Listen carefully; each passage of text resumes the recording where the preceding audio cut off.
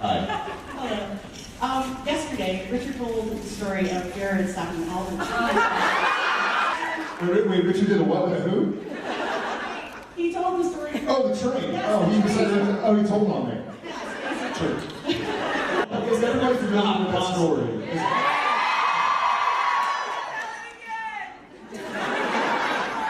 Well, I think everybody's heard it, so it's Has anybody not heard it? Oh, okay. All right, then this is actually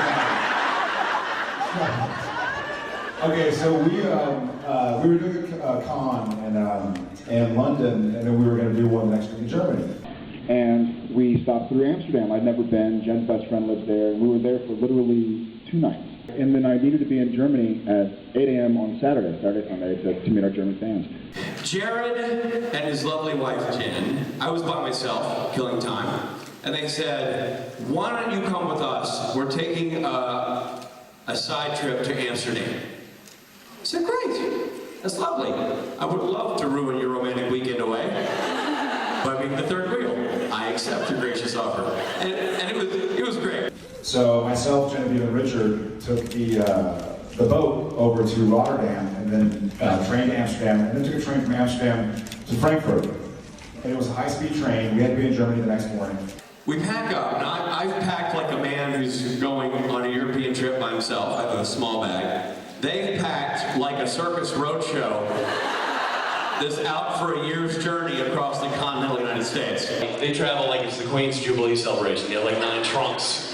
And I get it, like, just pure fabric ratios. His shirts are 4 times bigger than mine. I mean, it takes more room. That's funny. On a side note, you know what he thinks is weird about me? And I think it's weird about him? He thinks it's freakish that I own a hairbrush.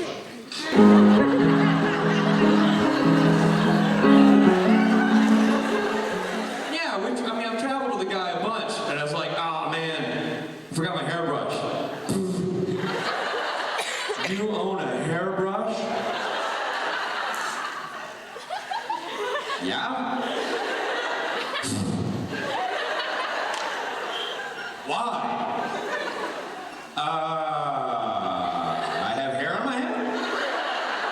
Gotta make it go from point A to point B? And he's like, dude, that's so crazy. I don't own a hairbrush. I don't know why he's suddenly a surfer, but just go in there. Dude, I did not understand. But he's like, I don't own a hairbrush. I just shower, towel dry, and do this.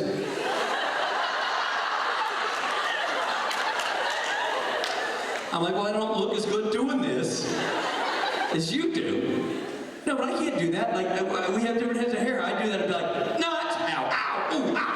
Like, and I come out looking like I slept by a fan. Hi, how are we? I can't do that, man. He's like, whatever. I'm like, I don't think I'm the weird one here. Mister, my hair doesn't need a hairbrush. You genetic freak.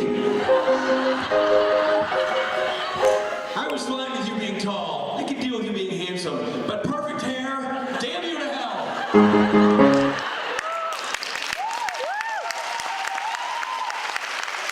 Yes. Thanks for letting me vent. So anyway, Johnny Perfect Hair and I are on the train. So we get there, and the train is going to leave at 3 o'clock. It doesn't pull until 2:55, which I guess is how it goes. They figure, get your bags on and gotta get going.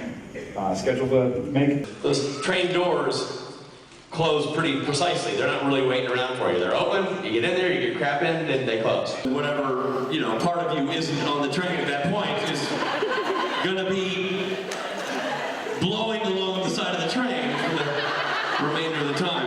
And so, I'm like, baby, Jen. I call Richard Sweetie.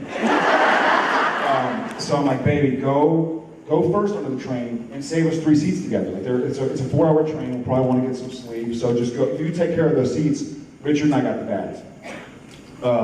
She's like, okay, sure. And so she hops on to get seats, and Richard and I start the process of I'm standing on the platform, and the train is this number, and so Richard goes right there in the train, 2 steps up, and I'm grabbing the bags and putting them up, and he's just getting them inside. We figure once they're all inside, we'll set them up. And so I load them all on the train, give it a look, say, Richard, we're fine, let's put the bags up in the little compartments. And so we sit down, I'm sweating, because that's what I do. And so I sit down, I'm like, all right, and Jen has great seats for us. She's like, thanks, baby. Sure, baby. Once again, still Jen. And then she goes, by the way, where's the gray bag? And I go, the gray bag, oh shit. So he and I get up and we go down the aisle to the train doors where there's the silver bag sitting right there. We're like, oh, there's the silver.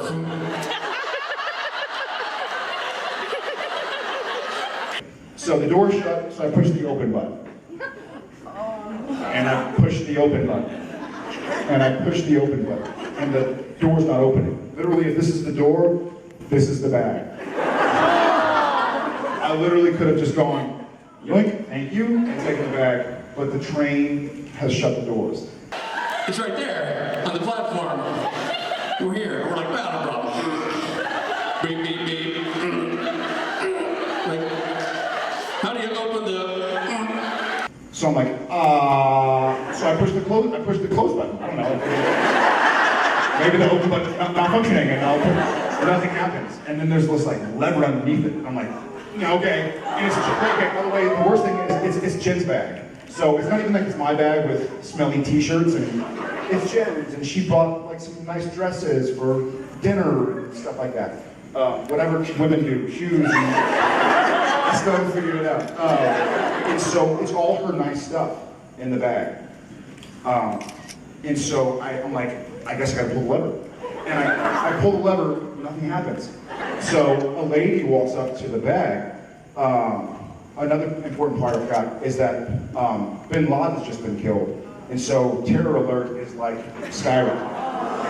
Yeah. Like if you drink a Coca-Cola and you put it on the ground, like someone taps you, it's like super high, people with guns, because they're talking about it's gonna be a lone wolf type that's gonna exact vengeance, and the Amsterdam hub's a huge hub. And so I'm like, there's a bag on the platform, it's unmarked, it's locked, and yeah, and a lady walks up to it, yeah, oh God, you're on track. A lady walks up to it, and Richard and I are like banging on the door, and the lady kind of hears us and looks, and we're like, my bag, that's mine, me, bag, me, us.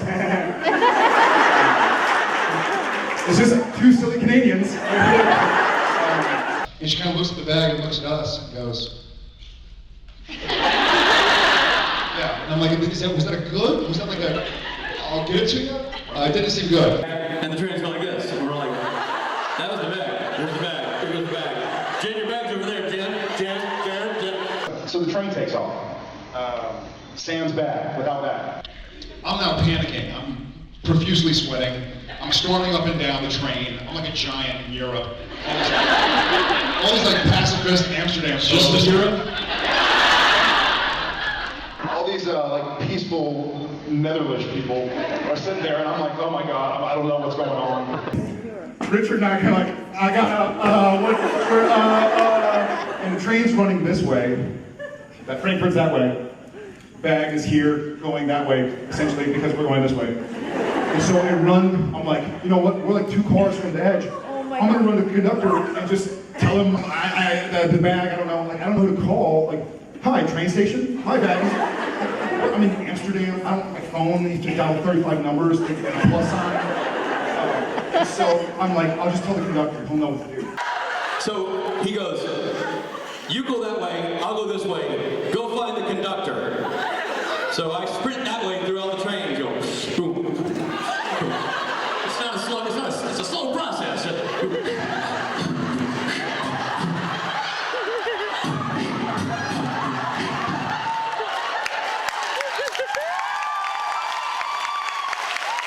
Yeah, you say that, but somehow I feel like on his side, the train doors just knew he was coming and opened. Like,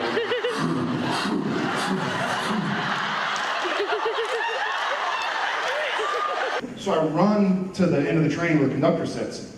I push the button and the door opens. But there's no conductor on that side. Because the conductor, pitter-patter, walked to the other side of the train because we're going that way now. meanwhile, Now, there's a couple of people who recognize Jared from the show, and they're watching 6'7" Jared pedaling a sprint through the train.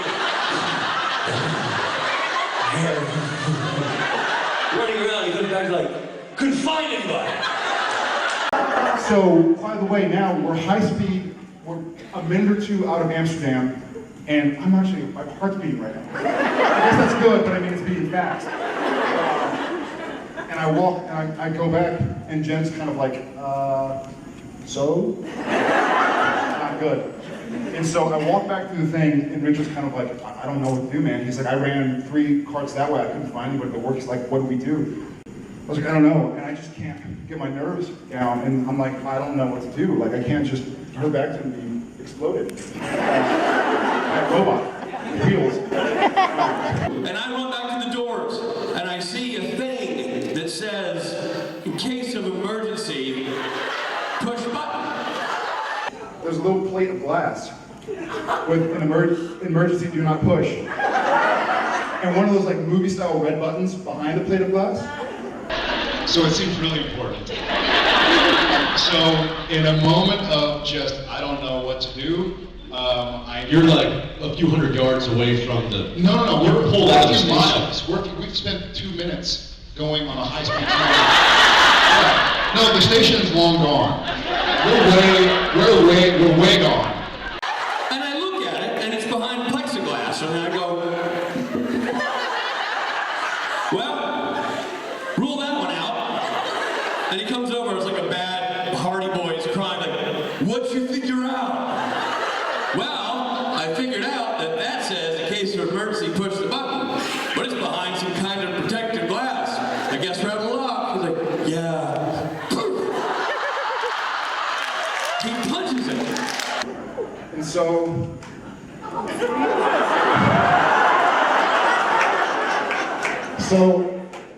I punched through the glass, and I pushed the do not push the button button.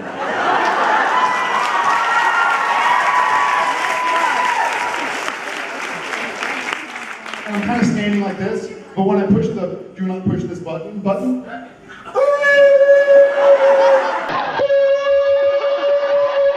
And brings the whole effing train to a screeching halt where literally like people fly forward and spill their crap. like Star Trek, like people crying, babies crying. When we were throwing it, people's drinks flew forward, guy, businessmen like, I say, boom, train stopped. Like we're gonna go off a cliff, like the train stops. It's not like, oh, casually slow down on the next station. The train, like super high pitched noise. All the doors open up and there is a blaring noise, like this loud noise. And so everybody is looking at the giant, scary, sweaty man. Me, who just got the train. Jared's bloody hand, plexiglass everywhere. Me, sitting there thinking, I don't want to serve time. And Richard goes, he says something roughly to the effect of, I think this isn't good, man. I say, I think so too, sweetie. Richard Spade, God love him, goes, dude, I got your back, but I'm gonna go sit down. And I tell him, I'll look after your wife.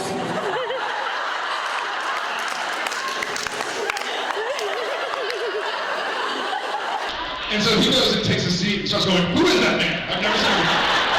Who's that giant over there? And he robbed me. So I'm kind of like, everybody's looking, the noise is loud, I punch through the glass and the doors flung open, but now we're in the middle of nowhere because the train's been going. It's not like we're in a station, we're on train tracks, like in Europe, in the middle of Amsterdam or wherever we go. And then here comes suddenly people who work there. Sure, now they show up, the conductors. Woke those guys up. Here they come sprinting this way and this way. First of all, there's like a British guy in the seat. He goes, that was a very big mistake, young man.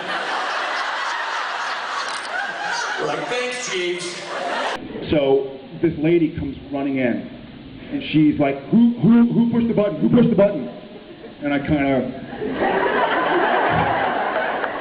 I did. And she runs up and very sincerely goes, "What's wrong? What's going on?"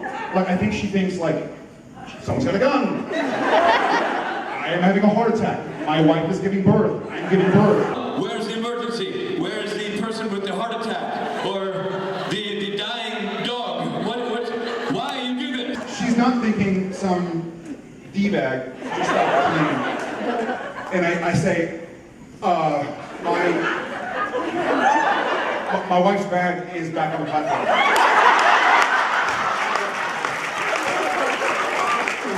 And she goes like, and she's like, I'm pretty certain English wasn't her first language, though she spoke great English, but I can see her kind of go like, I mistranslated that. And she kind of rewinds it in her head and says it again, and it still translates into my wife's bag is on the platform. And she goes, you push the emergency button because your wife's bag is on the platform? That's how I screamed. And I say, yes. She goes, you can't push the button, the do not push button, because your wife left her bag on the platform. And I go, ma'am, look, I'm very sorry. I didn't realize it would stop the train. And she goes, you didn't stop the train. You stopped all of the trains. You stopped all the trains in Northern Europe.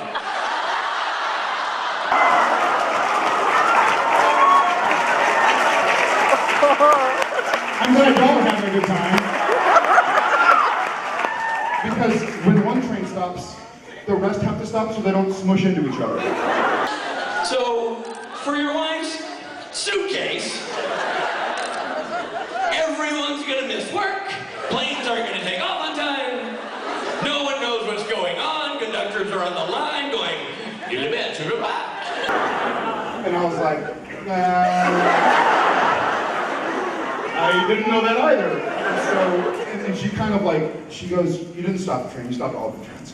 And kind of like walks away because now some other guy is there and he looks at me and goes, this is gonna be very expensive. And I was like, oh my God, I can't. And I was like, okay, we'll figure that out. But in the meantime, in all honesty, like I don't want my wife's most prized possessions to be destroyed. And I don't want someone to look at her underwear.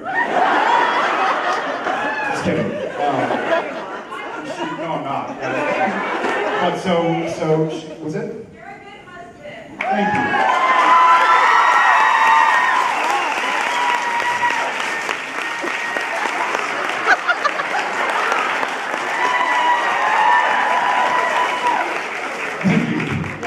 And I was like, okay, in the meantime, my wife's bag honestly is on the platform. What can we do about it? So luckily she was a trained person. Part trained, part person. She was able to call and say, hi, if there's a gray bag, then don't destroy it. We have somebody here who owns it. It hasn't been destroyed yet. It wasn't. Someone found it, and we got it. But the guy goes, this is going to be very expensive. well, this is gonna cost you. This is gonna cost you big. And I was like, okay. And I was like, how much does it cost to stop the entire European train system? This is gonna be bad. I'm thinking, what can I sell? I'll probably have to, offer my services in some way to help pay this thing off. And the guy walks up to me and goes, it's going to be about 150. He didn't say any unit. He didn't say like 150 drachmas or he just said 150,000 billion, I don't know. And I kind of go, whoa. I was like, all right. And I go and I sit down next to Jen and I go, baby, if this is 150,000 euros, I'm just going to run.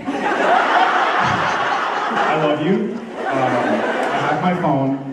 I'll be in Europe. But I was like, it's not a plane where you give me your passport. It's a train. I bought a ticket. They don't know who I am. And so I was like, if it's 150,000 euros, I'm just going to run. The door's open. I'm just going to hook it. She was like, yeah, you are. There's always at that moment that some fan walks up and goes, and as you guys know, Jared Jensen, super nice guys. It was just so funny to see him going, no.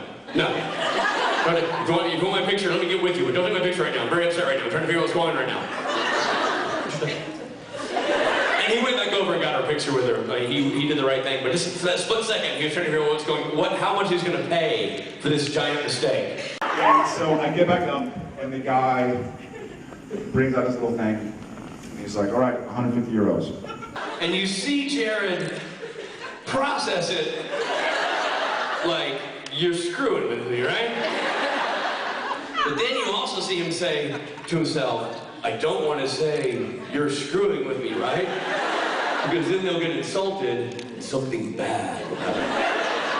I don't know why my Jared sounds like Keanu Reeves, but just go with it. So, that's it? I mean, like, it's nothing, but it was like, okay, here you go. Can I wash that?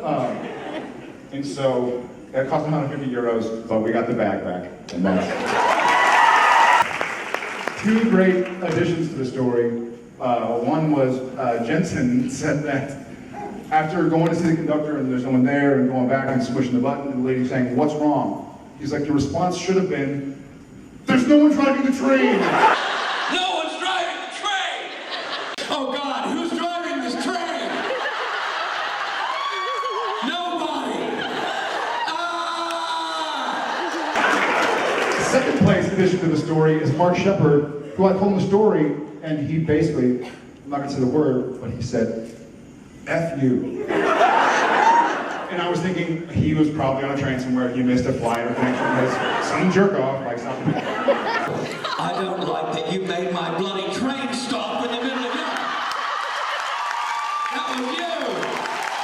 I can't believe you made me miss my connection. Somewhere Mark was in northern England, and all the trains stopped, and he like screwed up his vacation, and he's thinking, there was a train wreck, and there was a train wreck. It just happened to be 6'4" with flowing blonde hair. And I was like, did you miss something? He goes, no, but I've lived in London my whole life, and I've always wanted to stop a train. He goes, you're there for a week, and you do it? And it costs 150 euros? Yeah, anyway, Meanwhile, I'm in Freiburg, Germany, going, where is the train? Seriously.